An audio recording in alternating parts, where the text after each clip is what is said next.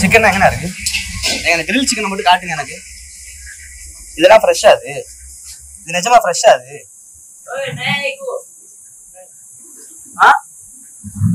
என்ன யார்கிட்ட பேசுறீங்க? சிக்கன் வேற எங்க இருக்கு? இது நிஜமா அது வந்து ஃப்ரெஷ்ஷான சிக்கனா? அது ஃப்ரெஷ் சிக்கனா? எனக்கு என்னத்த கொடுத்த? எனக்கு கொடுத்த சிக்கன் எங்க? அது எனக்கு கொடுத்த அந்த கிரில் எங்க?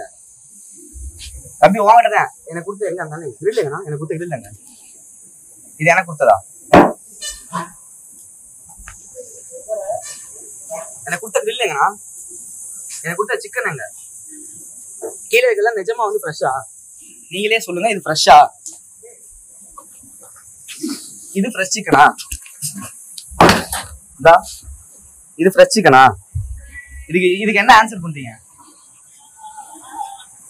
தொட்டு பாருங்க. நீங்க சூப்பர் ஈஸிங்க. என்ன பண்ணாரு? தொட்டு பாருங்க. அதை தொட்டு பாருங்க. சும்மா ஃப்ரீசர்ல வச்ச சின்ன ஆமாவா இல்லையா? கையை வச்சு பாருங்கண்ணே. நான் என்ன சொல்ல, கையை வச்சு பாருங்க. இது காலையில ரெடி பண்ணணும்னு சொல்லுவீங்களா? சரி, அது எப்படி நேத்து வச்சது இப்ப எடுத்து தருவீங்களா? இது வந்து ஃப்ரெஷ் இல்ல? இது வந்து ஃப்ரெஷ்ஷா? சொல்லுங்க, இது வந்து ஃப்ரெஷ்ஷா? உங்க பேர் என்னண்ணே? கார்த்தி. நீங்க லோக்கல் தானா? கஸ்டமர் நானும் லோக்கல் தானே. வெளியூர் இப்ப நான் லோக்கல்ல இருந்து வந்து சாப்பிட்டு இப்படி நான் வெளியூர்ல வந்து சாப்பிட்டு என்ன சொல்லுவாங்க? நீங்களே சொல்லுங்க. சின்ன குழந்தைங்க இதை சாப்பிடலாமா? நேத்து வச்சது இன்னைக்கு சாப்பிடலாமா? அது உனக்கு ஃபோன் பண்ணி தெரியுங்களா? நான் பேசட்டுமாண்ணே? நம்பர் எடுத்து பேசலாமாண்ணே? இல்லை, நான் வந்து பெரிய இஷ்யூ ஆகிடுவேன். சத்தியமா அது பெரிய இஷ்யூ ஆகிடுவேன். இது வந்து இது எவ்வளவு பெரிய பிரச்சனையான உங்களுக்கே தெரியும்.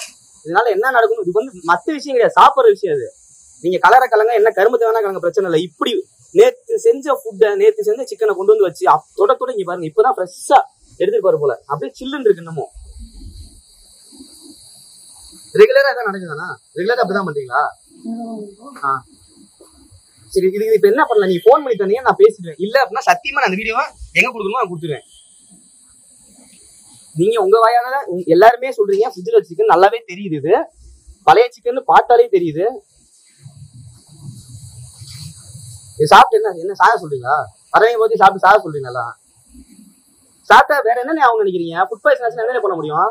அவன் 1 வாரம் 2 வாரம் ஹாஸ்பிட்டல் வச்சு சாக சொல்றீங்களா? எப்படி ஏன்னா செலவு பண்ணி பார்ப்பாங்க? சொல்லுங்க பார்ப்போம். மற்ற விஷயங்கள் வேற என்ன? சாப்பிட்ற விஷயம் இது. சோத்துல இப்படி பண்ணலாமா? காசு கொடுத்தானே சாப்பிடுறாங்க. நல்ல சாப்பாடு கொடுக்க உங்களுக்கு என்ன? இப்ப ஃப்ரெஷ்ஷான கோழி கொடுக்குறது என்ன? இதனால உங்களுக்கு எவ்வளவு லாஸ் ஆயிர போகுது? இது எவ்வளவு மினிமம் பர்சன்ட் எவ்வளவு வந்துட்டு போகுது? இது சொல்லுங்க, என்ன பதில் சொல்லுங்க. ஏதோ ஒரு பதில் சொல்லுங்க, ஒன்னும் பிரச்சனை இல்ல. இல்லையா ஓனர் பண்ணி கொடுங்க, நோட்டியை கூட பேசுறேன். நம்ம என்ன சொல்றேன்னா, நியூஸ் வேணா ஒண்ணு வேணாம். இப்ப அன்னையோட வச்சுக்கிட்டு நியூஸ்காரங்களுக்கு கான்ஃபரன்ஸ் போட்டு எனக்கு இந்த நியூஸ் எனக்கு இதுக்கு சம்பந்தம் இல்லை, கான்ஃபரன்ஸ் ஆயிட்டோம். நாங்க 2 பேருமே வந்து எங்களுக்கும் 2 பேருமே பிரச்சனை கிடையாதுன்னு சொன்ன தனியா போய் வந்துட்டோம். இதுக்கு எங்களுக்கு சம்பந்தம் இல்ல. அவங்க வந்து பெரியாரங்களை வச்சு நமக்கு தெரிஞ்சவங்களா வச்சு பேசிட்டாங்க. கடைசியா சொந்தக்காரங்களா வந்து முடிஞ்சு.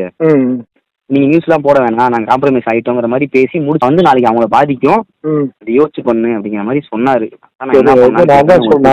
சொல்லிட்டேன். என் சைட்ல இருக்க தவறுகள் இருந்துச்சுன்னா நான் வந்து நான் 4 days கழிச்சு கடைக்கு போயிருவேன்.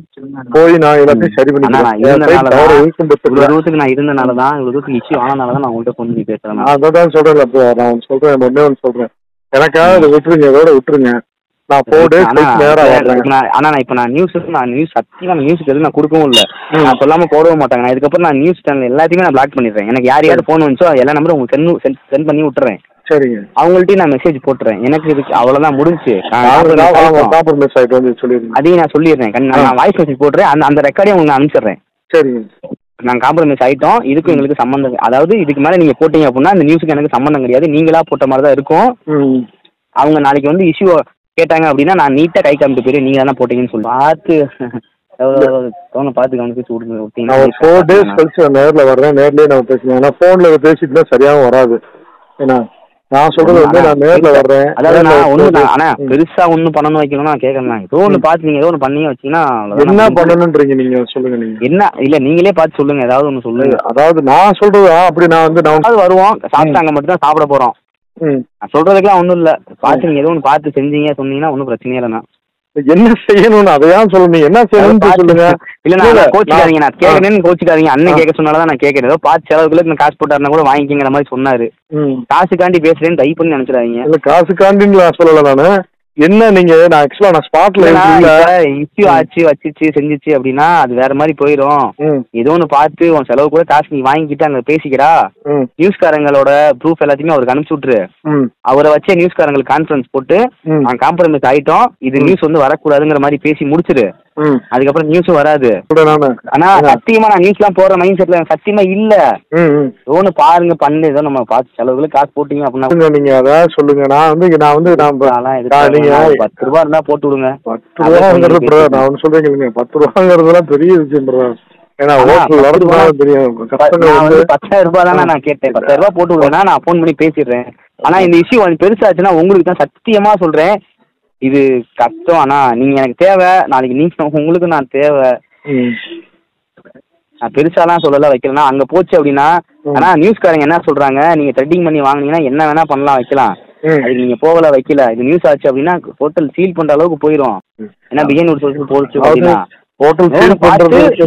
பேசி கான்ஃபரன்ஸ் பாருங்க, அப்படி இல்ல அப்படின்னா ஏதோ ஒன்று செய்யுங்க அப்படிங்கிற மாதிரி அவரு சொல்றாங்க. அதனாலதான் நான் உங்கள்கிட்ட பர்சனலா வாயத்தோட கேட்டேன். இதுக்கு மேலே